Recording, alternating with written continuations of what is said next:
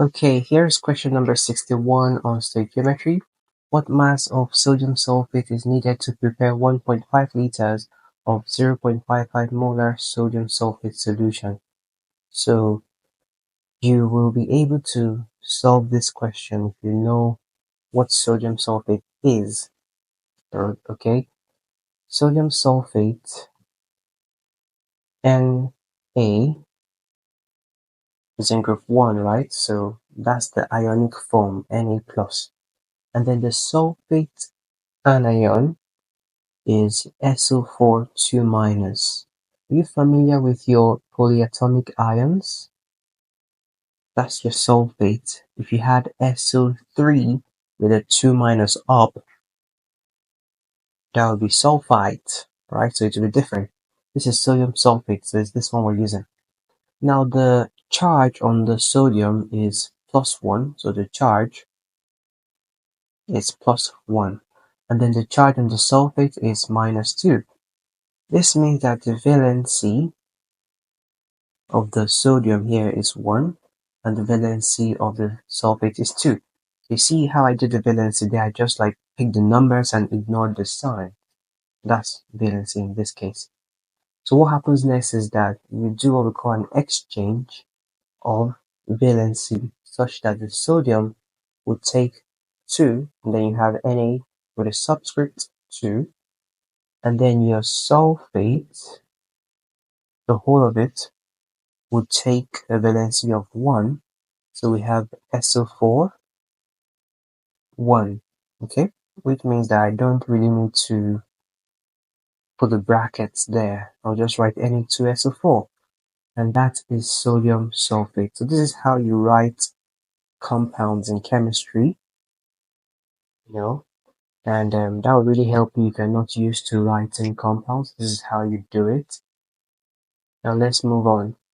So with our sodium sulfate, we can now get the molar mass of sodium sulfate. Usually sodium is about 23, so that's 2 into bracket 23, plus your sulfur is about 32, and this is 4 multiplied by oxygen is about 16.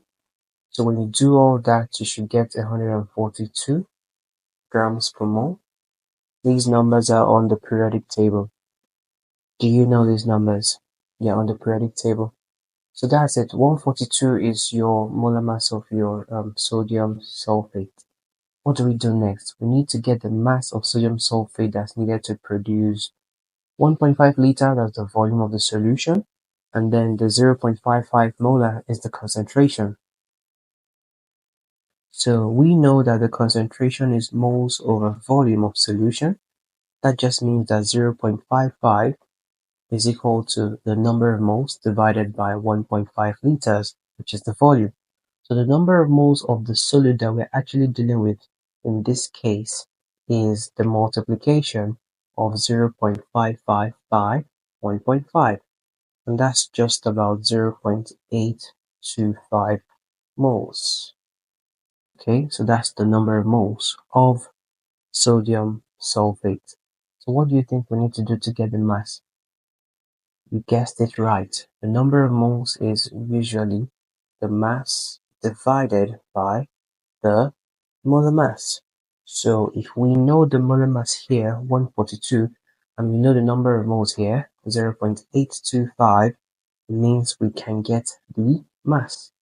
So the mass we're looking for is just going to be the moles multiplied by the molar mass.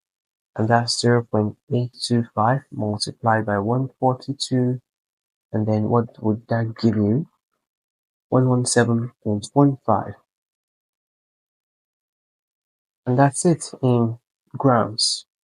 Yes, that's just all. So the challenge that people face in this question is, using the right molar mass of 142, and people would not be able to know that if they don't know the correct formula of sodium sulfate.